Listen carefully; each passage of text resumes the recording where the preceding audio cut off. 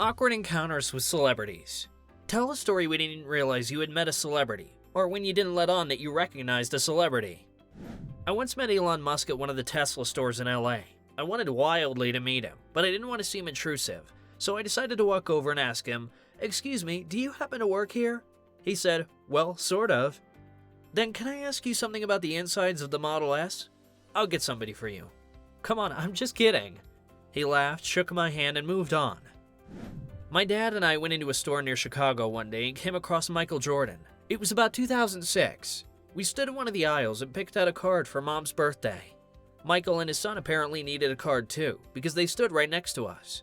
Dad tried to stay calm and kept looking through the cards because he didn't want to invade his personal space, but I, on the other hand, stared in amazement. I was only 9 and couldn't take my eyes off of him. MJ picked out a card and winked at me as he walked away. It wasn't until a few years later that I realized how cool it was. This may be the only positive story about Jordan meeting a fan. I agree. As soon as I saw his name, I thought Oppa was in trouble. It was in one of Rhode Island's bookstores. I was standing near the horror counter reading one of Stephen King's books. I was standing there leafing through it, and at the end of the book there was a picture of Stephen, or on the inside cover. I don't remember exactly. Then I look around and there's a dude standing next to the next shelf who looks exactly like Stephen King. I approached him with the book and asked, "Is that you?" "Yep." "Cool books. Thank you." That's the whole conversation. My husband's story. Some time ago, he was on vacation in Newport, California, and he decided to stop by the bar, purely for one beer and a burger. A man sat down next to him and they had a nice conversation. Then the man left and my husband reached to pay his bill. To his surprise, the bartender said that the man had already paid for him. Then my husband asked the bartender, like, "Who is this dude? Is he rich or something?" My husband really wasn't aware of it, to which the bartender replied that that was Chuck Norris and that they were in his bar. Chuck Norris doesn't pay other people's bills. He buys a bar and walks away. Chuck Norris can drink so much booze that it's easier for him to buy a bar than pay for each drink. I helped Steven Spielberg's daughter move into the dorm. I had a little part-time job helping freshmen move. One time I saw some guy in a cap and glasses right next to the dorm, and he looked a lot like Spielberg. I fly over to him and try to start a conversation, asking if he needs help carrying his bags or something like that. He agreed to my help. We chatted. He said, even though he and Kate, his wife, live in California, they send all the kids to East Coast College. Anyway, we talked about all kinds of stuff. Then, when his daughter first walked into the dorm, Steven pulled out his camera and filmed her first reaction. He filmed everything, including some of our random conversations about the city. So you could say that I got into an exclusive Steven Spielberg home movie. Demand to be tagged on IMDb. During my shift, Russell Crowe came into our hotel lobby. He came up to me at check-in and asked me to call in one of the rooms. This was literally right after the news that he had thrown his phone at a hotel employee. That's why I communicated with him extremely cautiously. I didn't want to annoy the man. In the late 90s, I worked as a waiter in a Mexican restaurant in Los Angeles. One time, Leonardo DiCaprio and his mom came over for lunch, as I understand it. This was shortly after Titanic came out, so he was at the height of his fame.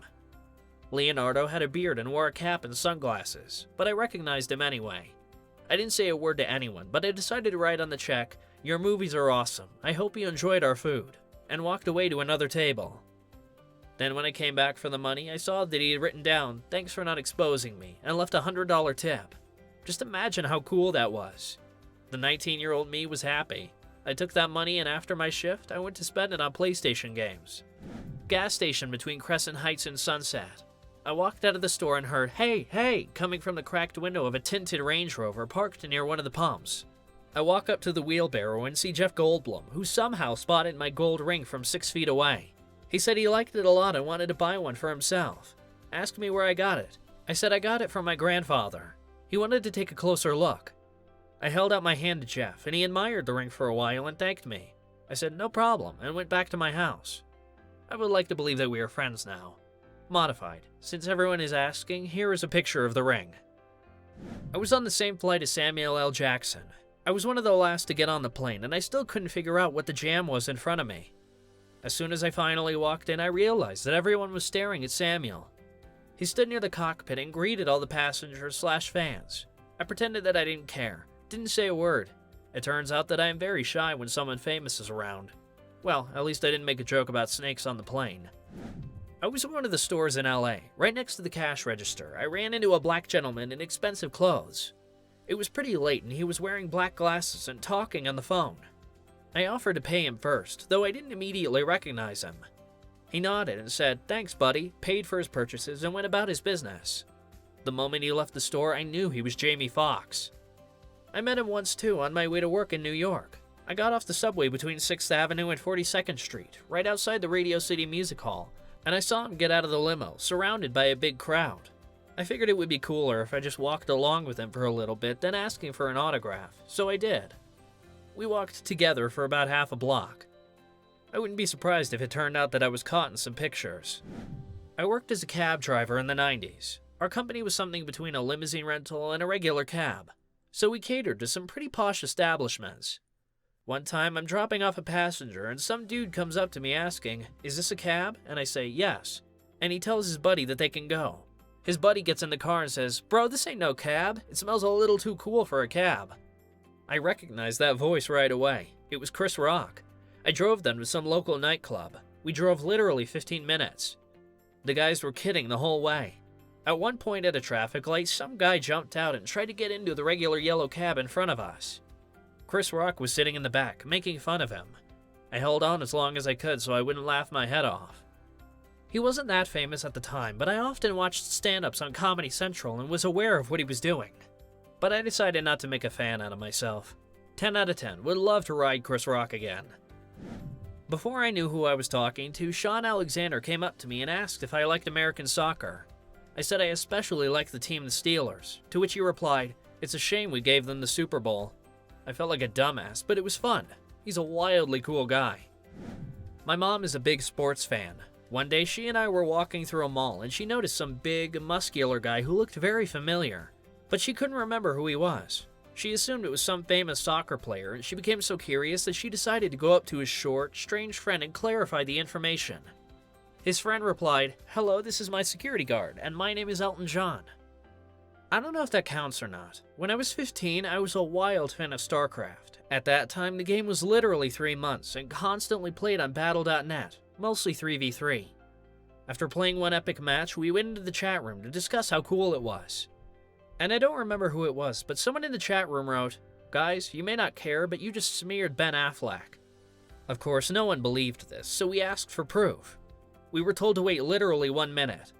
After a minute, we go to the forum of his site, benaffleck.com or something like that, and we see a post on his behalf where he writes that he lost StarCraft. Post was exactly from his account, only he had an account with a red nickname.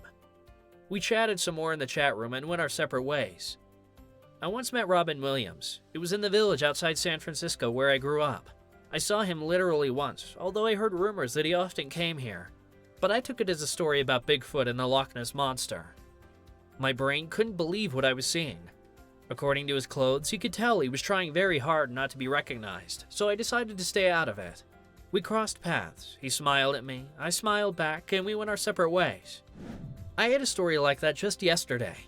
My wife took our son to the zoo, and he asked her to read him descriptions of each animal. My wife was distracted at some point, and the kid asked for the nearest stranger. When my wife turned to see him, she saw Scarlett Johansson reading and telling our child about animals.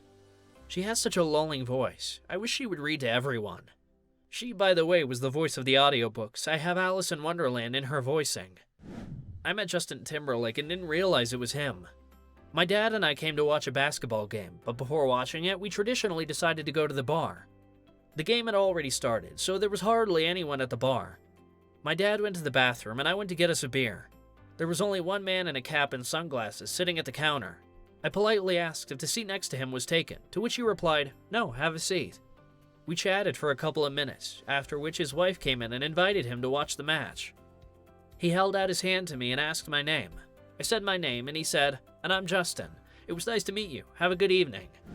They left and immediately a bartender comes running up to me saying, "You know that was Justin Timberlake, right?" I couldn't believe I didn't recognize him, even though he was wearing those sunglasses and cap. But then I looked at him a few more times, and it turned out that yes, it really was him. My girlfriend at the time was a huge Justin fan, so when I told her everything, she was shocked too. She probably couldn't forgive me for another month because I didn't recognize her idol. Modified.